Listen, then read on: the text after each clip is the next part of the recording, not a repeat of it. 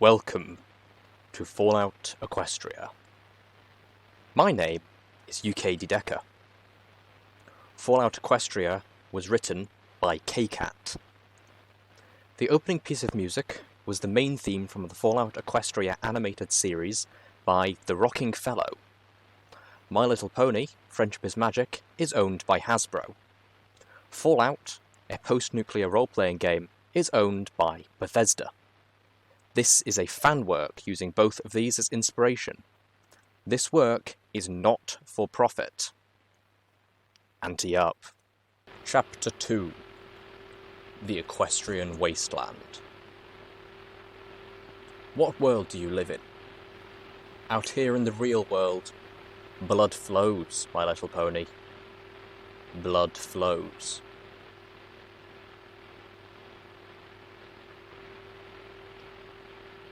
Nothingness. My first several seconds outside were a heart-bursting eternity of hoof-pounding terror. The story had been right. All that was outside was a great black nothingness. It surrounded me, suffocating. If I had been able to draw breath, I would have screamed. And then my eyes started to adjust to the darkness. I began to calm, gasping, feeling weak, and not just a little foolish. In my defense, I'd never experienced night before. Not really. Sure, I'd always turned off the lights before curling into bed, but that darkness was small, confined to my little room, and there was always the glow from under the door. The hall lights of Stable-tec were eternal. This was different. A cool air, quite unlike anything within the stable, tickled my coat and chilled my skin beneath. It bore smells that were dank and rotting, dusty and alien. I could hear the sounds of night insects, creaking of wood and a far-off sloshing, but I was struck more by what I couldn't hear. The constant low hum of the stable's generators and the ever-present high whine of the lights were gone. So powerful in their absence that I first mistook the outside as silent. I could feel dirt and broken stone beneath my hooves, so unlike the smooth and sterile floors I had trotted all my life. And though I could not see much or far, I could see further than I had ever seen before, and there were no walls to mark the end of the room. I was staring into a horizontal abyss that stretched out from me in every direction. An entirely new panic began to form within me. My hind legs went out from under me, and I sat, stunned. I turned my gaze to the ground, breathing deeply, thanking it not only for holding me up, but being a visual endpoint. Then I made the mistake of looking up into the sky, and the absolute endless upness of it sent my head spinning and my stomach lurching. Great masses of clouds rolled over most of the sky, but there were gaps through which soft light poured, and through those I could see the up went on forever. Insanely, I thought of the clouds as a great net, made to catch me if I ever fell from the earth into the yawning gulf above. But if I slipped through the holes, I would just fall up forever. I clenched my eyes shut and tried to keep from vomiting. The fear and queasiness was intense but passing. Once my faculties returned, I began to notice these things that had escaped me in my initial panic. The surrounding terrain was becoming evident. The world around me did not stretch out evenly. The ground rolled and heaved, hills creeping towards mountains. The earth was punctured by the upthrusting black fingers of long dead trees. Along distant hilltops, I could see the swaying, leaf-shrouded branches of healthier woods, but the living trees near Stable-tec were few, scattered and sickly. Second, I noticed that my pitbuck was flashing with a host of alerts. The mapmaker was already beginning to do its work on my new and unfamiliar surroundings. And to my surprise, it had already pulled a label from the ether. Sweet Apple Acres. Turning around to get my bearings, my eyes were drawn to the huge hollowed husk of what I had assumed had once been a magnificent house. Now it creaked and swayed in the breeze as if threatening to collapse. Looking up to my pickbuck again, I noticed that it was picking up several radio transmissions. The radio broadcast from Stable-tec was dark, but new stations had taken its place. My heart leapt, for the first indication that there might be pony life out here after all. I nudged my pickbuck to start playing the first station upon the list. Now he's terribly sick. Too sick to move. We've holed up in the system near the old memorial. We're running out of food and medical supplies. Please, if any pony hears this, help us. Message repeats. Hello? Is there any pony out there? Please, we need help. I was bringing my family up to the stable near Sweet Apple Acres when we were attacked by raiders. Only my son and I survived. We made it to the stable, but it's still sealed up. There's no way inside. My son, he ate one of the apples near those damned apple trees near the stable. And now he's terribly sick. Too sick to move. We've holed up in the system near the old memorial. We're running out of food and medical supplies. Please, if any pony hears this, help us. Message repeats. Hello? The voice was filled with a terrible resignation, as if the pony had already given up hope and was just going through the motions. Shaken, I turned it off. I didn't think I could bear to hear it again. That is when I noticed the soft ticking from my pitbuck. Checking it over, I discovered that its radiation detector, a feature I had never known to be used, had self-activated. The cute little rainbow dial had been planted firmly in the green. It was still there, but edging discreetly towards the yellow. I couldn't just stand here beside what had long ago been the door to a simple apple seller for the rest of my life. Well, I could, but it would be a relatively short and miserable life. A realization was dawning on me. With so many directions to go, what was the likelihood that I would choose the path that Velvet Remedy had followed? Even though she had only a few hours' head start, the prospect of finding her was bleak. But I had to start somewhere, and the best chance I had was to get up high and have a look around. The ruins near me rose higher than any of the nearby trees, and the sheared-off roof with its upper tower was probably the best vantage point I could hope for. I closed my eyes, steadied myself, and went inside.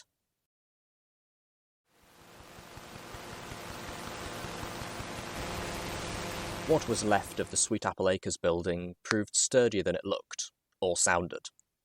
It was also almost barren. Anything of value that had survived had been looted, leaving only scraps that nobody wanted, but that time itself seemed unable to erase.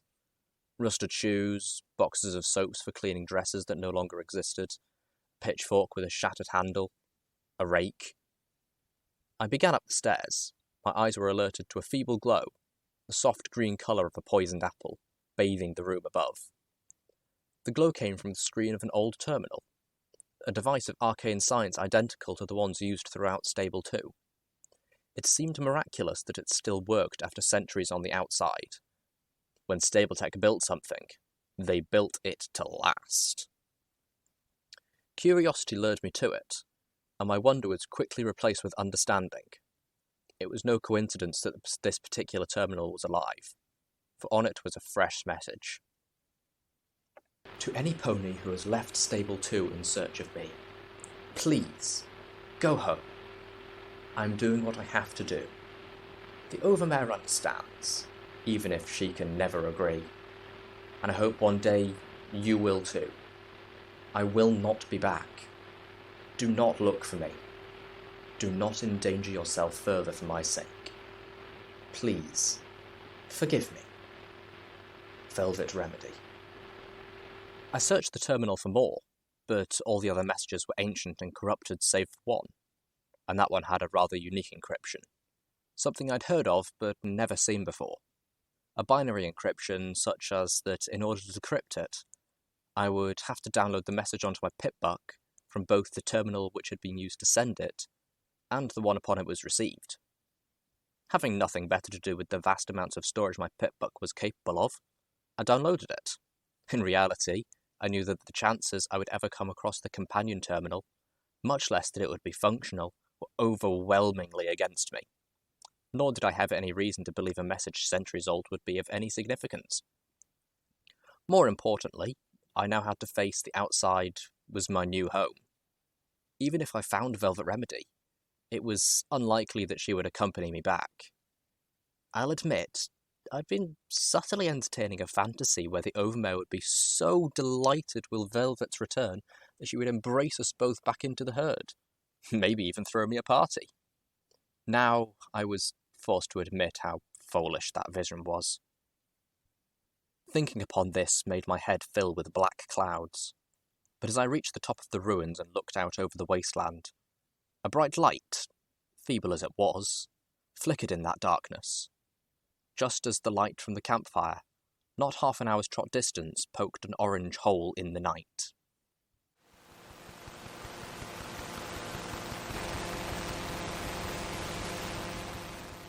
As I approached the circle of firelight, I knew something was off. Something about the way the dusty beige unicorn was laying upon his mat of straw, legs curled up under him. Some tenseness in his body language. But it wasn't until I stepped hoof into the light and got a good look, a warm hello dying upon my lips, that I saw he was gagged, and caught the glint of the flames against a few exposed links of the chains binding his hooves. "Well, looky here. Walked up all nice and pleasant, didn't she?" A large earth pony emerged from the shadows of a nearby rock. His hooves clacked metallically against the rocky ground, shod in cruelly spiked pony shoes. Two more ponies slid out of hiding on opposite sides. One other earth pony holding a shovel whose blade had been lethally sharpened. The other a unicorn whose glowing horn levitated towards me a short instrument of wood and metal with two barrels. Each pony wore barding made from thick hide. Much like the knight, I had never seen a firearm before, save for pictures in books. But those books were more than explicit enough for me to recognize the mortal threat. The bound unicorn on the mat shook his head with a sad yet derisive look, and began trying to scrape the gag away with a forehoof, no longer making effort to keep his chains secret. The three ponies menacing me spared him only the occasional glance. "Well, might as well trust yourself up for us," the gun-wielding unicorn snickered. Then, addressing me, "You wouldn't mind, would you?" Laughter. "And another unicorn, too. She'll fetch a pretty price, this one." "Fetch a price? For what? And from whom?" The one holding the shovel spear in his mouth mumbled something incomprehensible. Then, apparently deciding that gun was sufficient deterrent, spat out his weapon and reiterated, "By the I mean, look at her. I think she's taken a bath." I was suddenly and bizarrely aware of how filthy all four of the ponies were, and how foul they smelled. I managed to cover a gag with a sneeze. "What's going on?" I asked. Of the emotions battling for supremacy in my head, confusion had clawed its way to victory. The captive unicorn finally succeeded in pulling the filthy gag free. "They're slavers, you idiot!"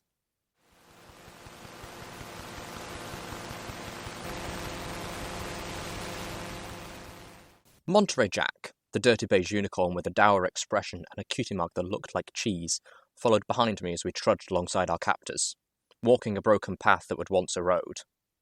My legs were in chains, making walking difficult and anything more speedy than a trot impossible. My pitbuck had stymied this slaver's efforts to bind my forelegs, eventually forcing them to chain me above the knees. Had the one with the shovel spear not been holding its point dangerously against my throat, the other two would have gotten a few hooves in tender places for their efforts. As it was, they made short work of me. I was not gagged, but Monterey had convinced me that unnecessary chatter from the slaves-to-be would likely result in the loss of my tongue. Not that I had much to say to these brutes anyway, aside from my repertoire of colourful metaphors. I didn't expect they would answer my questions, even if my tongue should survive the asking, and they were being chatty enough with each other to suffice. Grumbled the earth pony through the spear clenched in his teeth. Well then, if you would just learn to swim, we could take the long way, wouldn't we? Suggested the unicorn with his poisoned sweetness. By his smell, decidedly more pungent than the others, I guessed he just hated water in general. How about you stop complaining, and I'll let you sample one of the slaves before we get to the forest? Their leader, the earth pony named Cracker with the spiked shoes and cutie mark that looked suspiciously like a whip, or perhaps a snake, turned towards Monterey Jack and I with a filthy smile. I looked away. They laughed. Through their disgusting dialogue, I could hear a liquid sound ahead. Not like a burbling water fountain, but closer to a sloughing muck. And something else. A distant sound. Getting closer. Music. Yes, music. Slightly tinny, yet triumphant. Regal. I couldn't put my hoof on exactly what feeling the music was trying to inspire, but it was brightly out of place. Cracker took note of my expression and smirked. You look like you've never heard of that before. What, did you live your life in a stable? If you're hoping for the cavalry, that ain't it, Philly. That's just one of them sprite bots. The music cut out with a sharp twang. The unicorn slaver, sawed off, trotted ahead a bit, peering down the path ahead. Turning back to the rest of us, he smirked. Think one of the radigators got it? Cracker suggested it flew into somebody's booby trap, and the earth pony suggested a mouthful of spear-mangled mumbling. The unicorn turned forward again, and the glow from his horn illuminated the machine. A metal ball, about the size of a foal's head, floating on 4 silently flapping wings, hovering silently right in front of his face. No arcane science to this. I could tell. It was pure earth pony engineering. Fuck! Sawed-off leapt back at full pony's length in surprise, then swung his shotgun to bear and fired it at the sprite-bot. The sound was like a metal plate falling from the ceiling, and it echoed through the night-darkened hills. Sparks decked the metal ball as it was peppered with scattershot. It let out an electric whine and darted into the darkness. The unicorn almost took off after it, but Cracker's voice cut the distance between them. That's enough, Sawed-off! Save your ammo! Damn it! I hate when they pull that stealthy shit. It's like a fucking flying radio. It's not supposed to sneak up on ponies. My ears were burning from the free flow of crude profanity, but I didn't mind. I was mulling over what I'd just seen. Idiot, muttered Monterey Jack beneath his breath. They heard that all the way in Ponyville. Unlike my fellow slave, I was pleased to have witnessed the unicorn firing off his weapon, because now I knew how it worked. What kind of damned fool, Monterey grumbled, announces his presence this close to raider territory.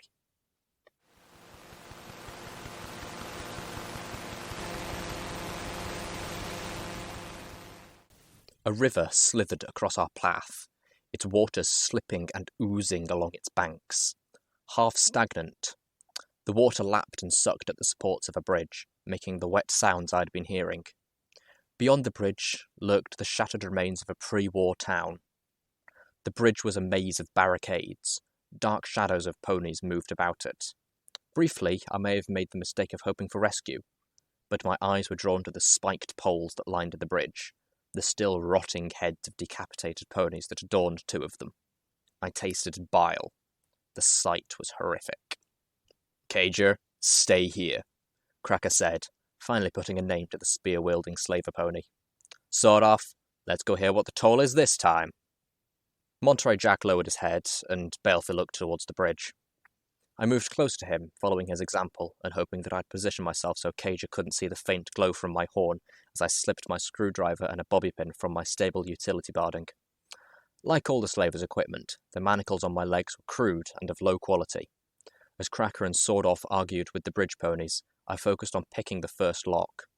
I was rewarded with a soft click as it sprung open, releasing my pip-buck foreleg. The manacle fell to the ground with a little thump. "Oh!" Cage's ears had shot up, and now he moved around to see me. Swiftly, I cut the magic, dropping the screwdriver and bobby pin into the dirt, and hoped that in the darkness the slaver wouldn't be able to see the change in my chains. "Woof, woof, woof."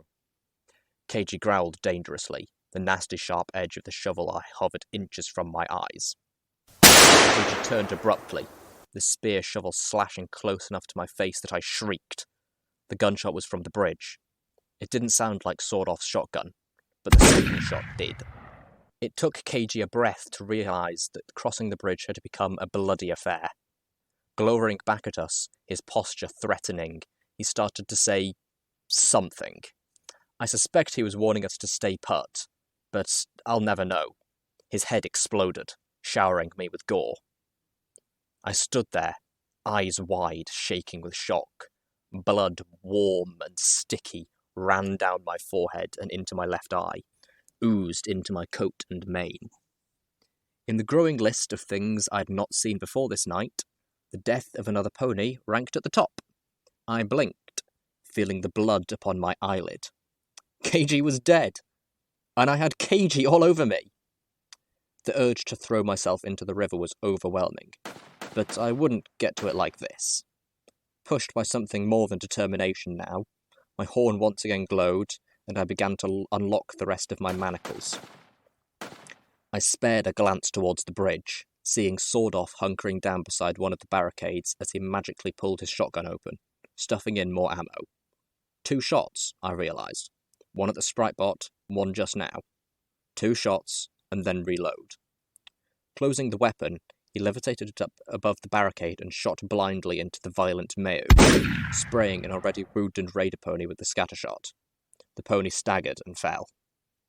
Unfortunately for Sawed-Off, the raider behind him had a different kind of shotgun, one that was faster and not limited to 2 shots, that fired slugs which tore great holes in the unicorn slaver's body the moment he looked up to see the result of his effort. I turned away, cringing from the nightmare playing out before me. I focused upon the locks.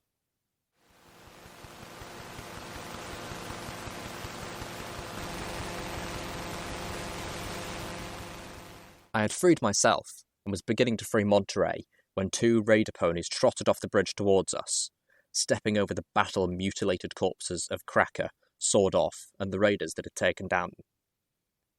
One of those approaching was the Unicorn Raider wielding the devastating combat shotgun, the other an earth pony with a sledgehammer in his teeth. The unicorn was laughing, not the mean laugh of Cracker, but a dazed, crazed laugh that sent chills down the back of my neck. "Looks like we got ourselves some prizes!" The earth pony chortled behind the sledgehammer, and the unicorn looked over at us appraisingly. The 2 were somehow even filthier than the slavers. The unicorn bore jagged scars across her face and flanks, one of them tearing through her cutie mark, several freshly bleeding.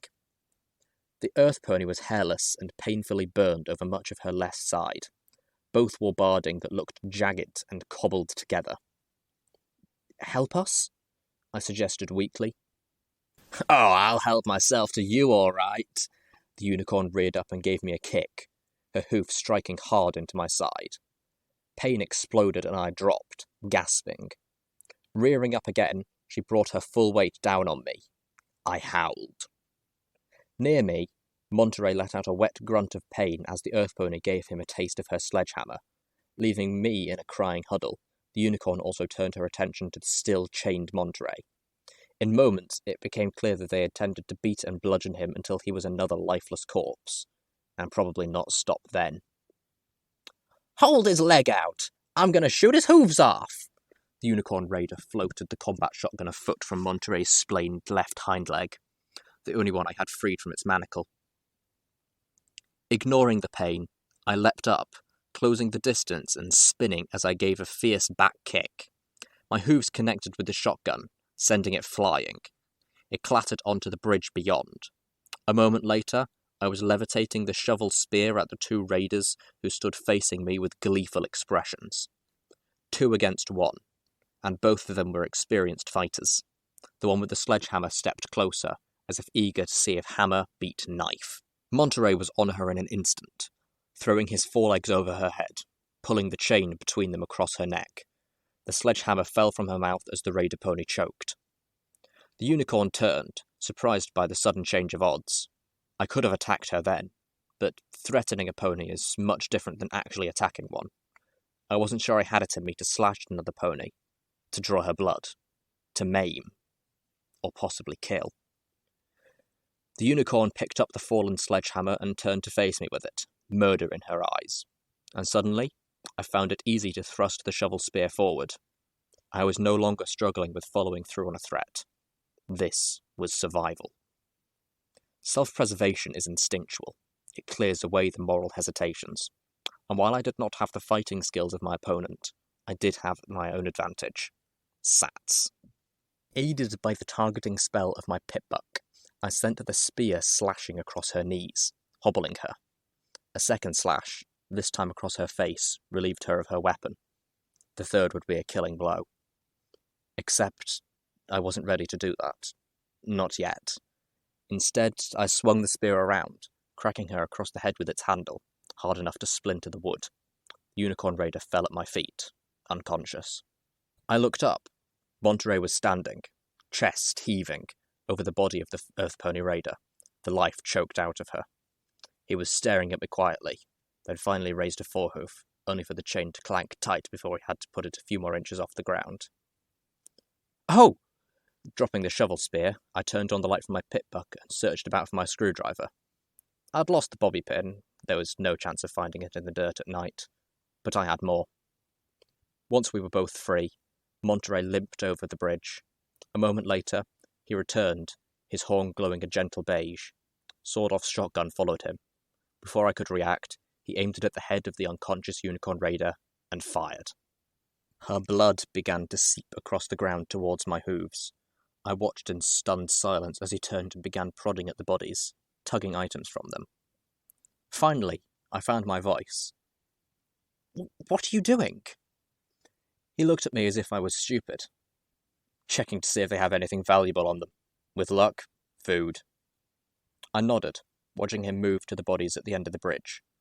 Looting the bodies of the dead felt wrong, but a cold, rational part of me murmured that it was a karma I would have to get over in order to survive, and imagine how embarrassed I'd be if I starved to death out here because I'd been too shy to check a dead body pony's bag for a pouch of oats or a can of old applesauce.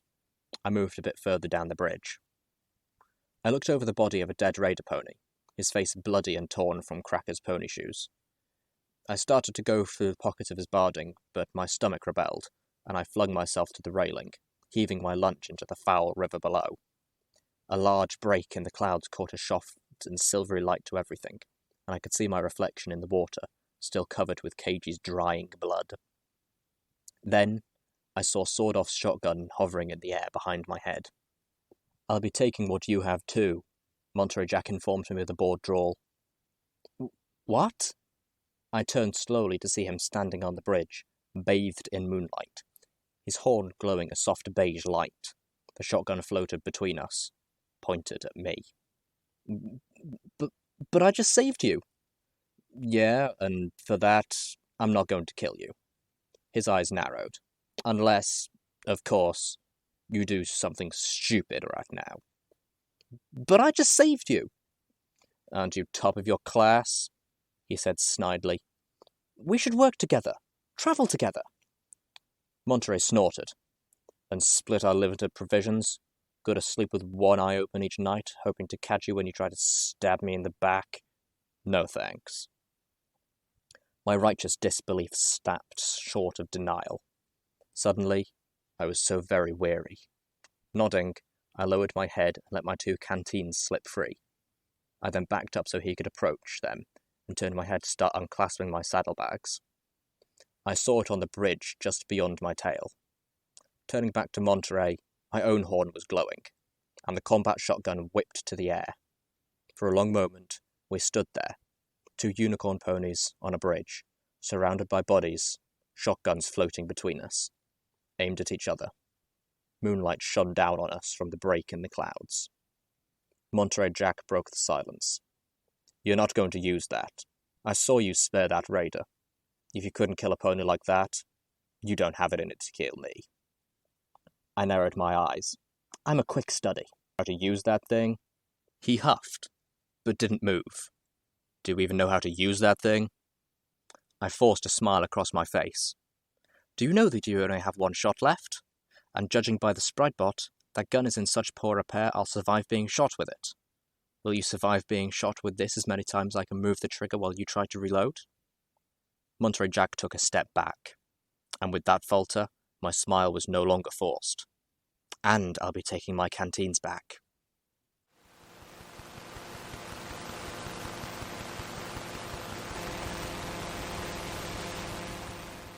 Ponyville. I wondered just how my pickbuck knew the names of places before I did. It even named the wreckage of a building that I'd just slipped into. Ponyville was raider territory. I just hoped this place, this Carousel Boutique, was not crawling with them. Monterey Jack and I had barely parted ways when the railing of the bridge exploded next to me. A sniper!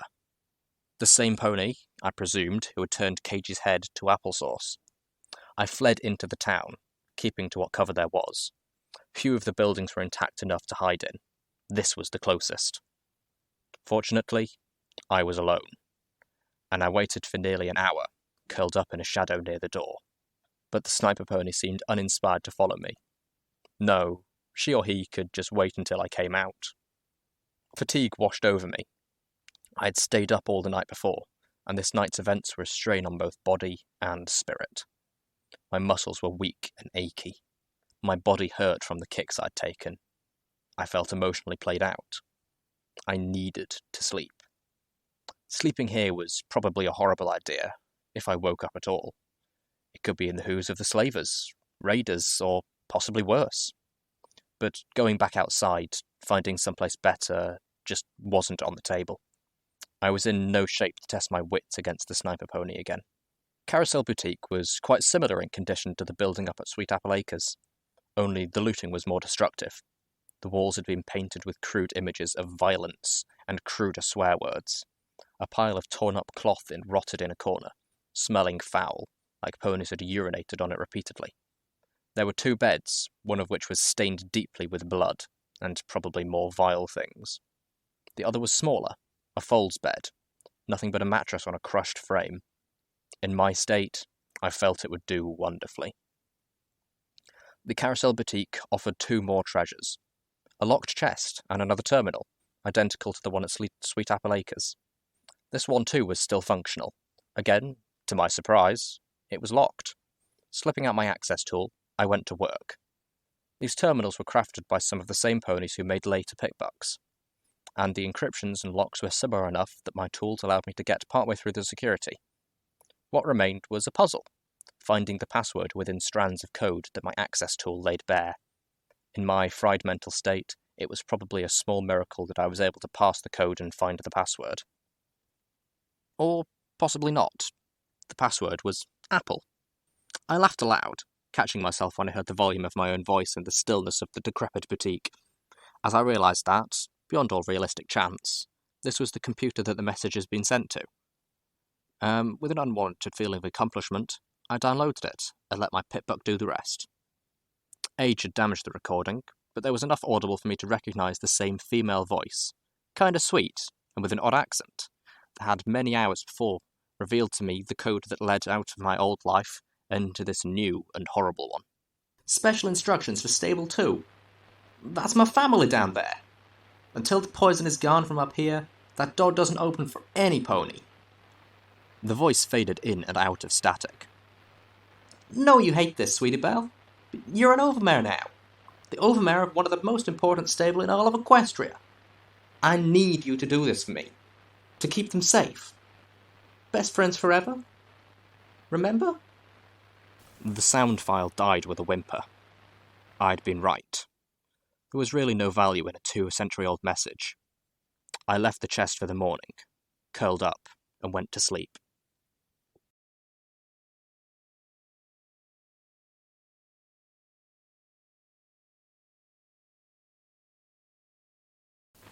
Footnote. Level up. New perk. Horse Sense. You are a swift learner.